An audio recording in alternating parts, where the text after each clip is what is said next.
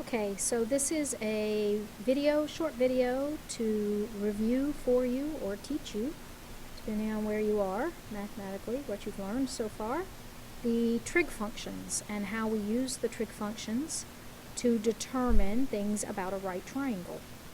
So what the trig functions are ratios that get set up, ratios between two sides of the triangle.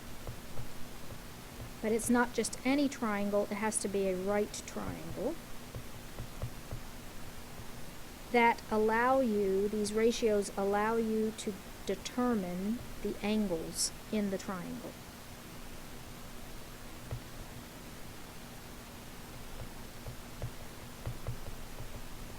Okay, so that's what we're going to be doing. We're going to be setting up ratios between two different sides of the triangle.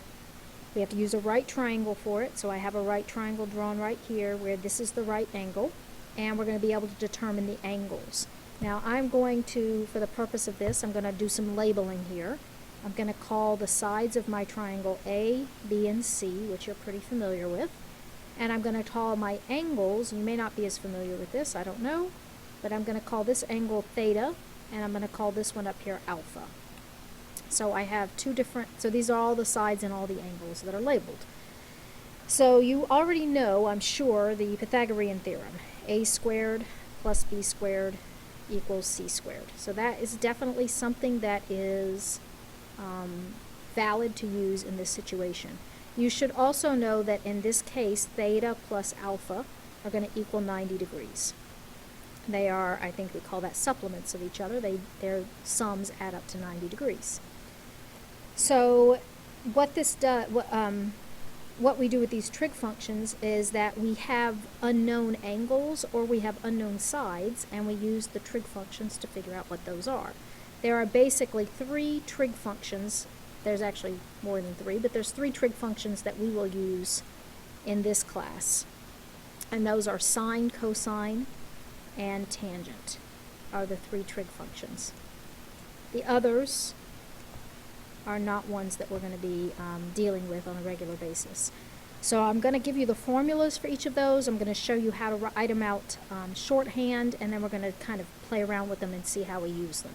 So first of all, the formula for the sine of any angle is the opposite side to that angle divided by the hypotenuse of the triangle. So if we go up here and we look at this triangle that we have right up in the top of the screen, we can see, for example, that we know that C is the hypotenuse at all times. So that one never changes. The hypotenuse is always the angle, the side across from the 90 degrees. The opposite side depends on which angle we're talking about. If we're talking about the angle theta, then the opposite side would be the one directly across from theta, which would be side B.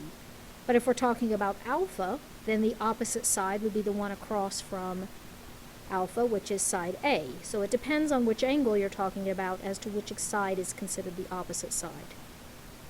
For cosine, the cosine of any angle is the adjacent side divided by the hypotenuse. So adjacent is one of those words that if you've never had trig, you might not know exactly what it means. But adjacent means next to, if you're adjacent to something. And so this is the side that is next to the angle, but not the hypotenuse. So if I take a look at angle theta, the side next to it is side A. That's the adjacent side. Side C is the hypotenuse. It's also next to theta, but it's the hypotenuse, so it doesn't get to be called the adjacent side. It just gets to be called the hypotenuse. And of course for alpha, the adjacent side is side B. It's the side next to it.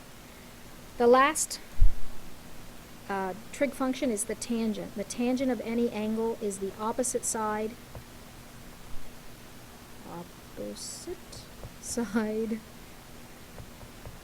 divided by the adjacent side. Okay, now these are formulas that you need to know and memorize, and if you have trouble remembering them, put them on your folder, and that way you will be able to have them for you. Now what I'm going to do is I'm going to write them a little bit shorthand because this is kind of long, and I want to write them a little bit shorter. So to shorthand up sine, we're going to just say SYN, pardon me, SIN. The sine of the angle is opposite, op over hype, opposite over hypotenuse. The cosine, COS, of an angle is adjacent over hypotenuse. And then the tangent, TAN, of an angle is the opposite over the adjacent. Okay? So these are the three formulas that we're going to be using. And we will use them when we're dealing with right triangles and setups for right triangles. And that will allow us, again, to find the angles, or if we know the angles, to find the sides. So let's do an example. We'll start with a simple problem where, let's suppose we know that we have a right triangle that has an hypotenuse of 10, and the angle down here is 20 degrees. And I want to figure out which side, what's this side right here? So I'm going to call it X. I want to figure out what is X. That's my question mark. So if I take a look at this, I say, all right, I know the 20 degrees is my angle. I'm looking for X. X is the opposite side. So I know the angle is 20. The opposite side is my question mark. And I know the hypotenuse is 10. So if I take a look at this and I say, all right, angle, opposite, and hypotenuse, which one has those three things in it? It's going to be sine.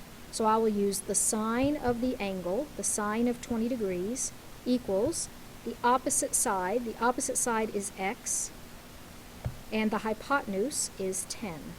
So I've just taken this formula right here and plugged it in right here. Okay? Now, my calculator will tell me what the sine of 20 is. If you go to your calculator, you'll see buttons on them that say sin, cos, and tan. Those three buttons are the ones that will tell you the sine, cosine, and tangent of various angles. The tricky thing, if there can be a tricky thing about this, is that your calculator has to be in a mode called degree mode. So you can check that your calculator is in degree mode. If you press the mode button and scroll down, it'll either say radian or degree, and you want to choose degree. So if you do that, if you're in degree mode and you put the sine of 20 in your calculator, you should get 0.342. Okay?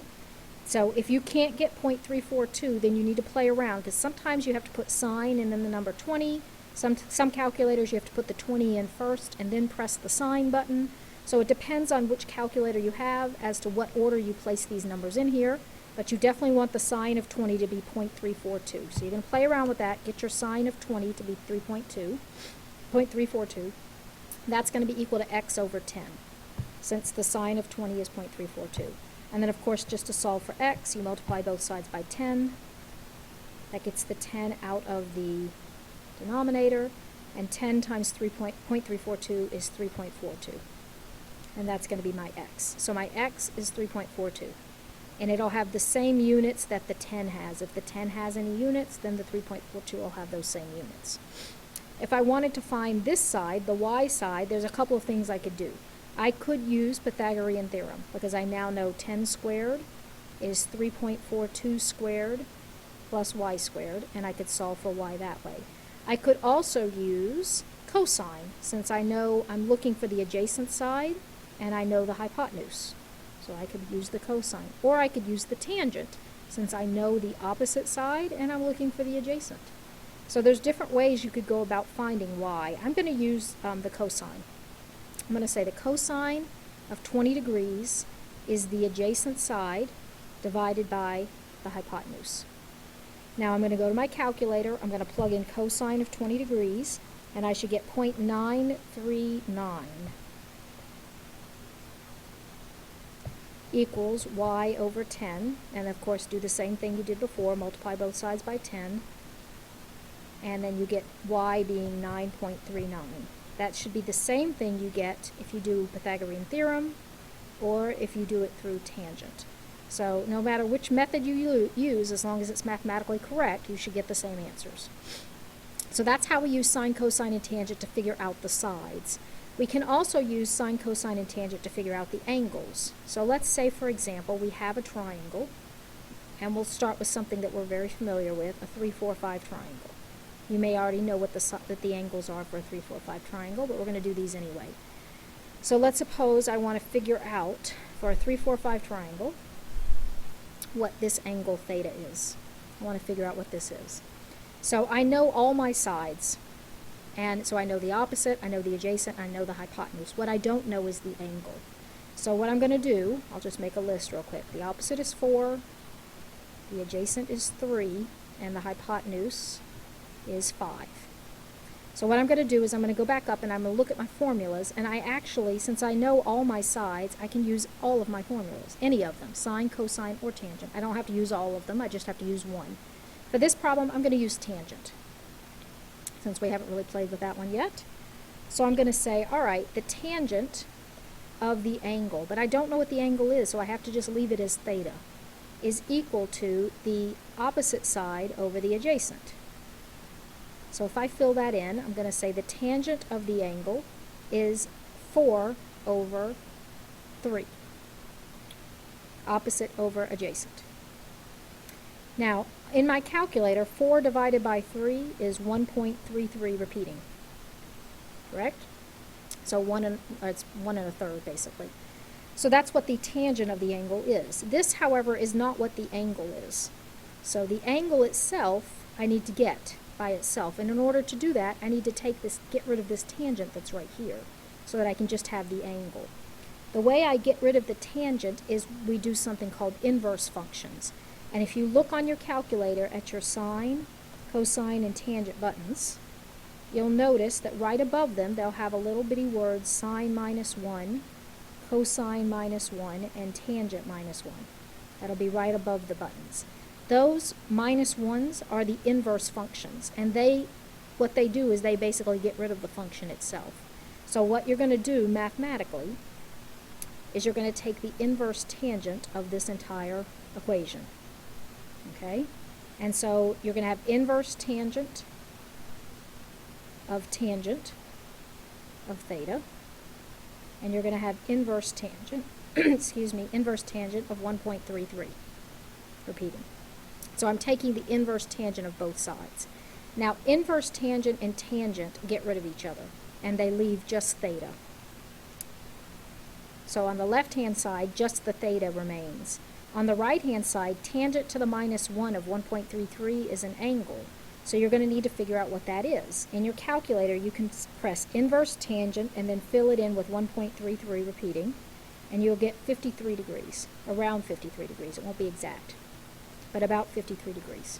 If you're not getting that 53 degrees, you need to figure out the order in which to put these numbers in here. You might have to put 1.33 first, then press inverse tangent, or you might be able to plug it in right just like you see it.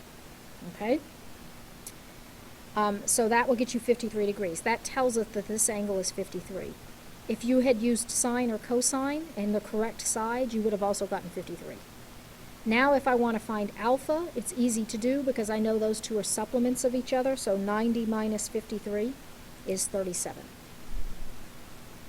Okay, and that's how I can figure out what alpha is. Or I could use a sine, a cosine, or a tangent to figure out alpha also, so it doesn't really matter. Okay, so that's how we use those trig functions. For the lab you're going to be setting up, creating a right triangle situation where you will figure out what this angle is yourself. You will go a certain distance away from the light pole.